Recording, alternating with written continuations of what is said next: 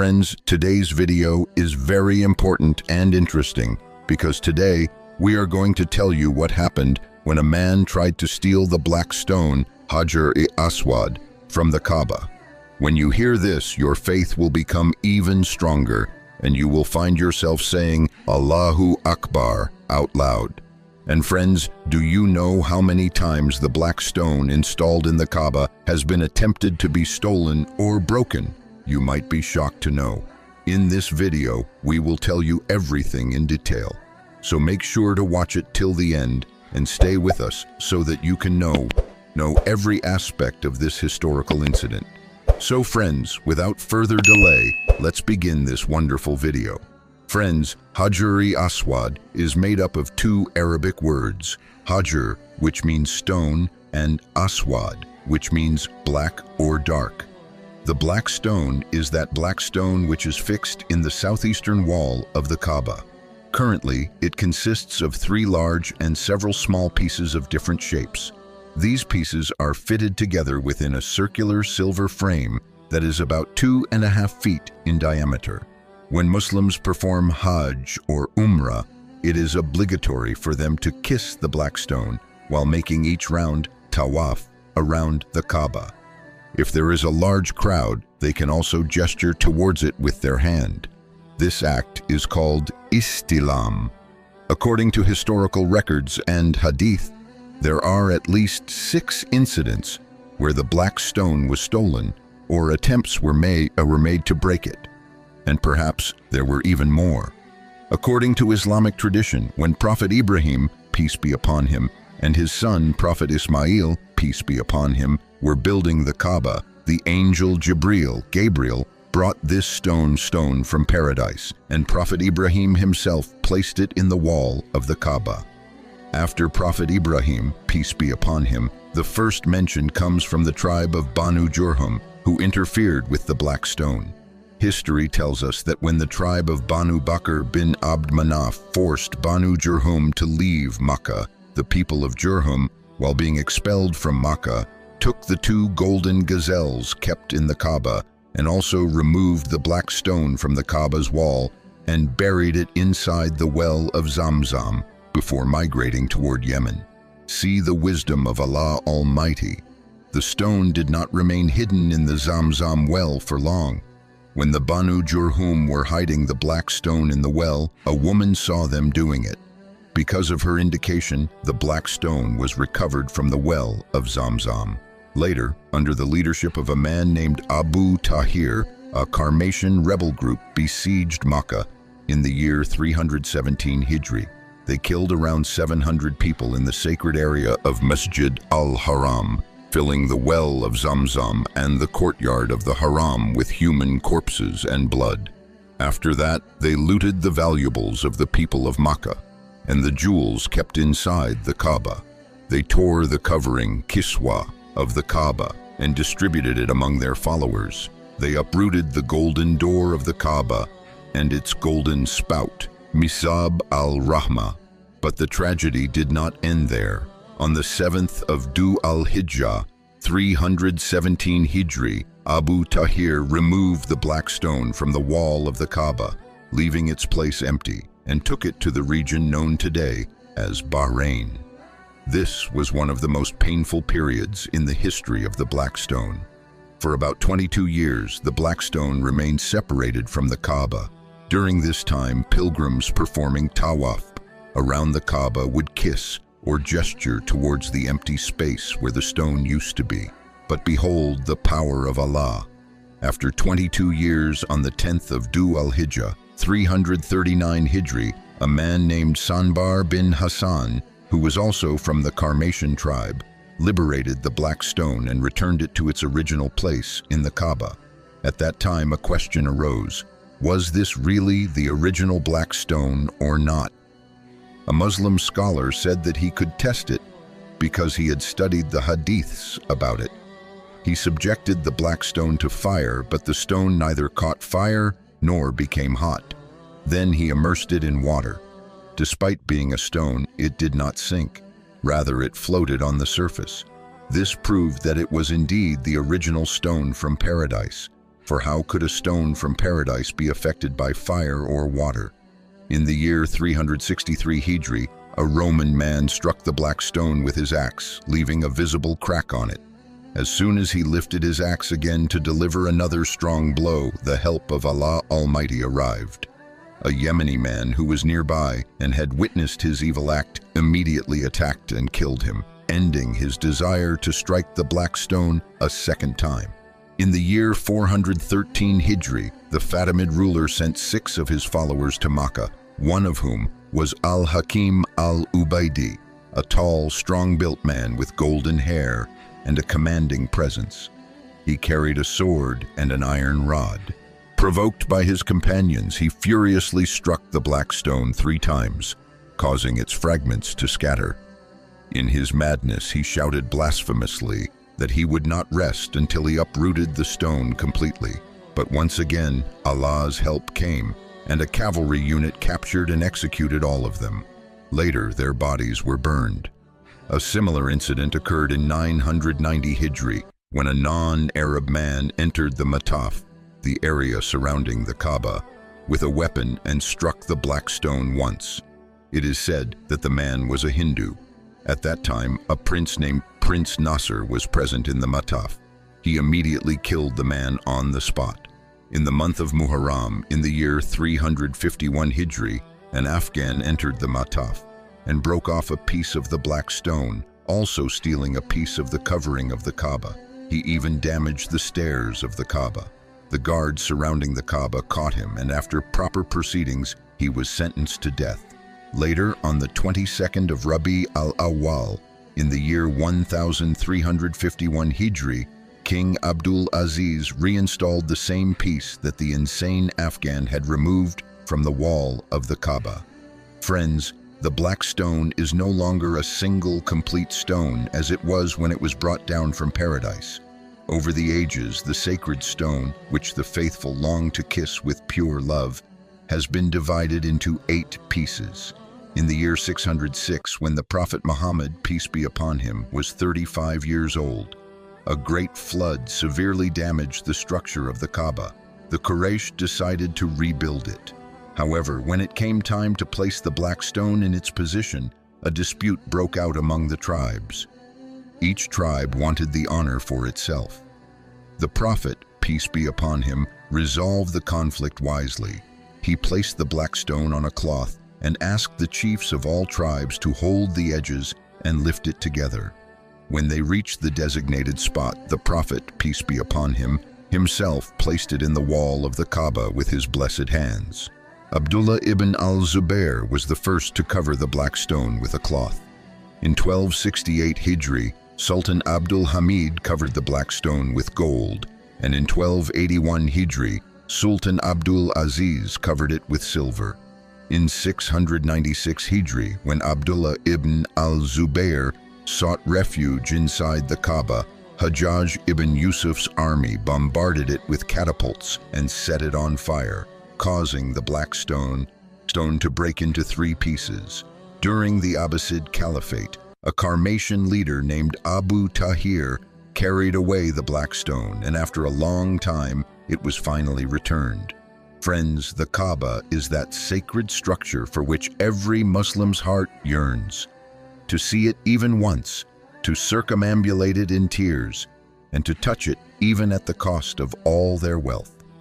Now, friends, we will talk about this very Kaaba, who built it first, and what happened when it collapsed during the time of the Prophet Muhammad, peace be upon him. How Yazid's army destroyed the Kaaba, when, how many times, and by whom the Kaaba was destroyed and rebuilt. You will learn all of this in this special video. Friends, many Muslims are under the misconception that the construction of the Kaaba was first done by Prophet Ibrahim, peace be upon him, and his son, Prophet Ismail, peace be upon him. In reality, the very first construction of the Holy Kaaba was done by the first human being, Prophet Adam, peace be upon him.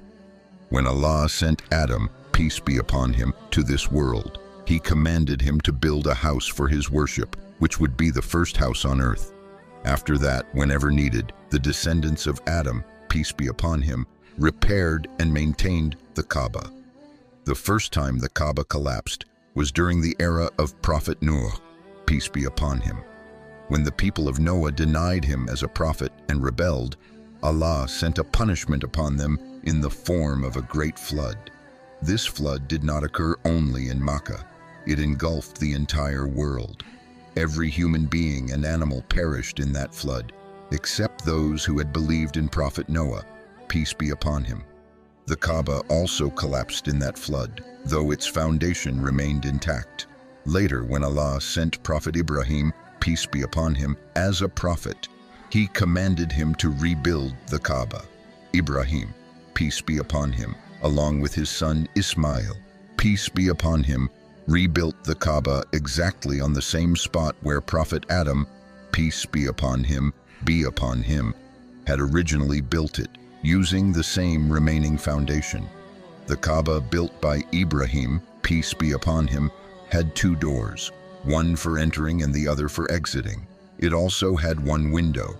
The most unique thing about this structure was that it had no roof and was rectangular in shape.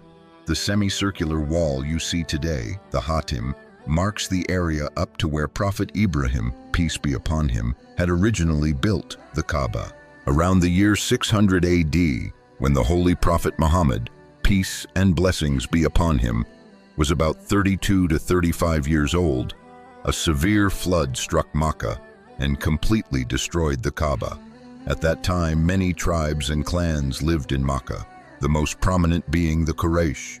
Though the polytheists of Makkah were ignorant and corrupt, they still had deep respect and reverence for the Kaaba. When all the tribes gathered to discuss the reconstruction of the Kaaba, they agreed that it would be built only with money earned through lawful, halal means. They followed through with this decision, but toward the end, the funds ran short and construction materials were insufficient. As a result, the people of Makkah left out the section known as the Hatim and completed the Kaaba before reaching its original boundaries. They also sealed one of its doors and one window. Notably, the Quraysh used both stone and wooden bricks in their construction, which later became the reason why the Kaaba caught fire during the era of Abdullah ibn al-Zubayr. May Allah be pleased with him. Now listen carefully to how that fire happened. In 680 AD, after the tragedy of Karbala, the cursed tyrant Yazid unlawfully declared himself the caliph. At that time, Abdullah ibn al-Zubayr, may Allah be pleased with him, was ruling in Makkah. He was the grandson of Abu Bakr al-Siddiq, may Allah be pleased with him.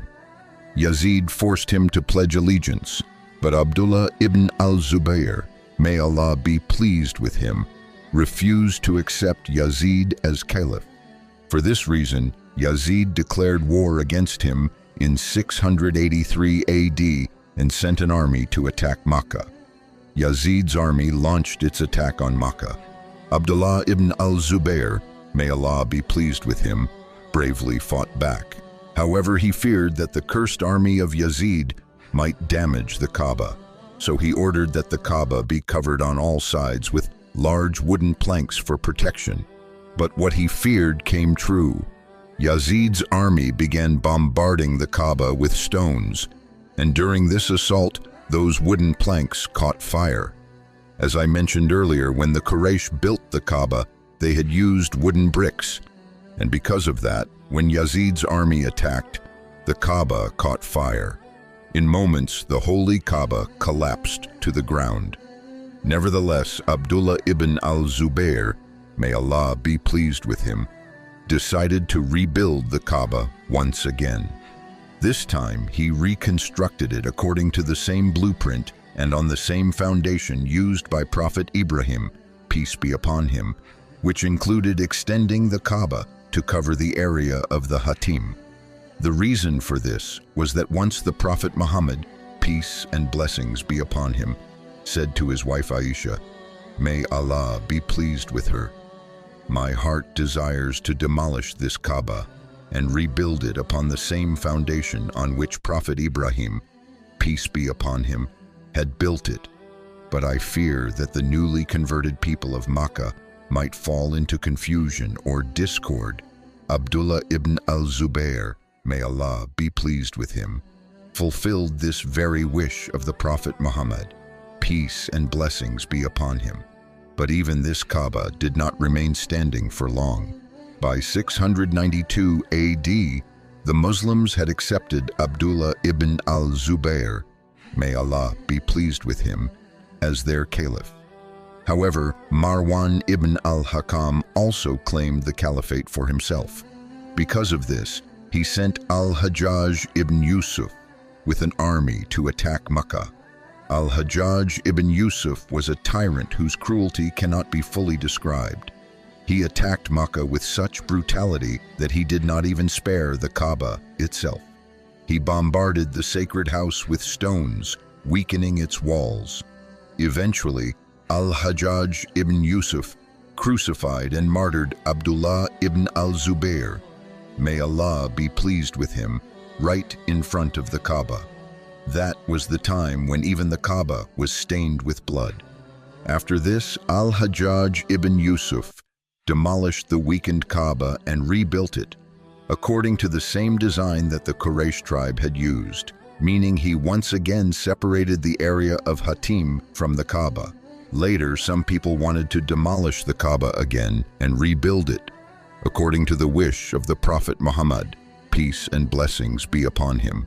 But the great scholar Imam Malik ibn Anas, may Allah be pleased with him, issued a fatwa saying that doing so was not right anymore. He said, if every new ruler begins demolishing and rebuilding the Kaaba according to his own desire, then the house of Allah will never remain stable. Friends, after that, in 930 AD, a horrifying massacre took place inside the house of Allah. The Shia Ismaili sect, known as the Karmatians, attacked Makkah and caused severe destruction to the Kaaba. It was the month of Hajj, and pilgrims were performing their sacred rites when the Karmatians mercilessly slaughtered thousands of Hajj pilgrims and filled the well of Zamzam with their corpses.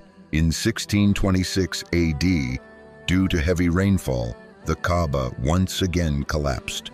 However, the Ottoman Sultan Murad IV ordered its complete reconstruction. Since then, the Kaaba has never been entirely demolished again, though it has undergone repairs from time to time.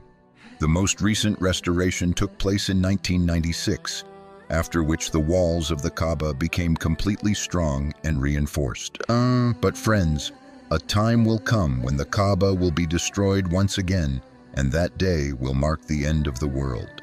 Because the Prophet Muhammad, peace and blessings be upon him, said in a hadith that one of the signs of the Day of Judgment is that a black man from Abyssinia, Habasha, with thin legs and short stature, will demolish the Kaaba and level it to the ground. So friends, that's all for today's video. We'll meet you in the next one. Until then, Allah Hafiz. May Allah protect you.